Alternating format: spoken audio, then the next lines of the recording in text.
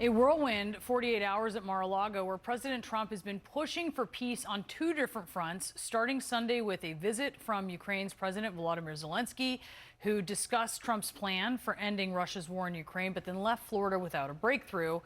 After a second phone call with Russia's Vladimir Putin, the first was actually before the Zelensky meeting, President Trump met yesterday with Israeli Prime Minister Benjamin Netanyahu to discuss phase two of the Gaza ceasefire deal. And in the midst of all that, he was confirming a strike on a Venezuelan port allegedly used to traffic drugs. I'm joined now by Leon Panetta, who served as defense secretary and CIA director under President Obama. He was also formerly a member of the House of Representatives, which is going to come in handy for this conversation we're about to have. First, Mr. Director, in this case, CNN's exclusive reporting that the CIA carried out a drone strike in Venezuela. A lot to go through on this, but can you just talk initially here about the objective? Because all presidents use covert action. That's not unique to Trump. But how do you see the objective here? Is this the right move?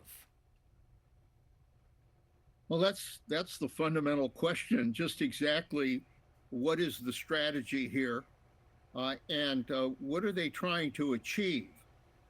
If you're using covert CIA operations, the question is, are you using the CIA the same way you're using the military against boats and just hitting random targets? Or is there a specific strategy that's intended to put pressure on Maduro? I don't know the answer to that question. I don't think Congress has the answer to that question. And I'm not sure the administration has the answer to that question. And so the real question right now is, where is all of this headed? Where are we going? And how are we going to get there? Because right now, it's very confusing. Using this kind of covert action, it's a little bit like that movie Fight Club. What do they say? The first rule of Fight Club is you don't talk about Fight Club. And the second rule of Fight Club is you don't talk about Fight Club. I think it's something like that.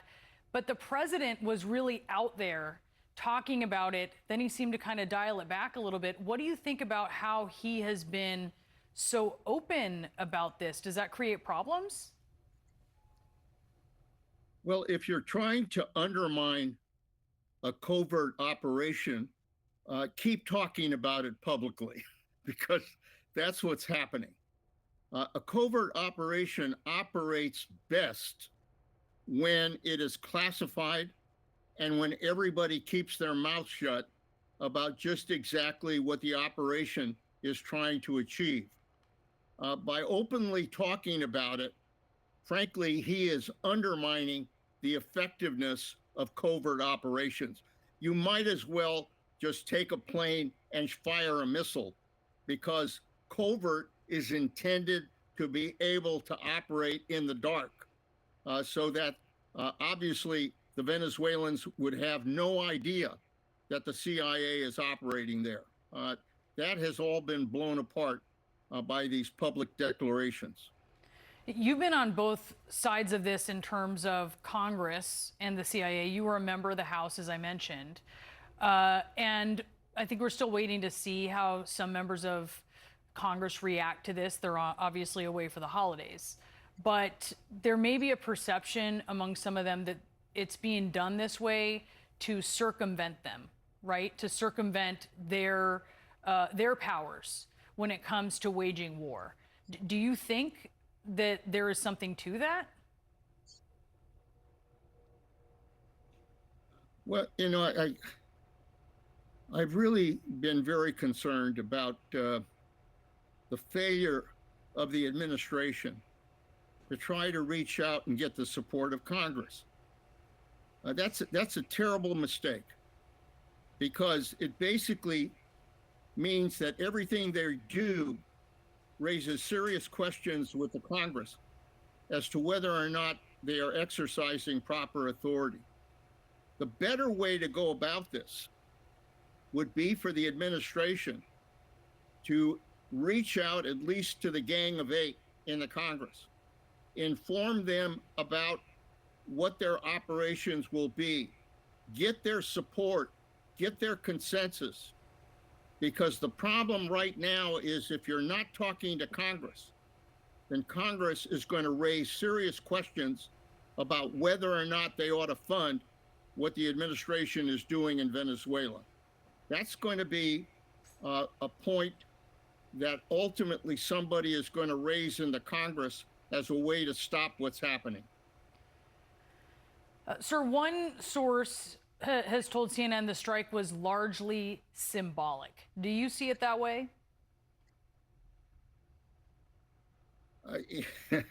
You know, without further information about just exactly what the overall strategy is here, what targets are they after, then almost every time you strike something, it becomes more symbolic than something that is part of a planned strategy.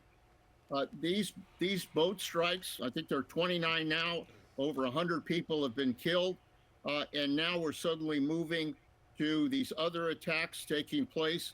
I mean, the problem is that the administration appears to be swatting at flies rather than trying to direct its attention at making sure that Maduro steps down.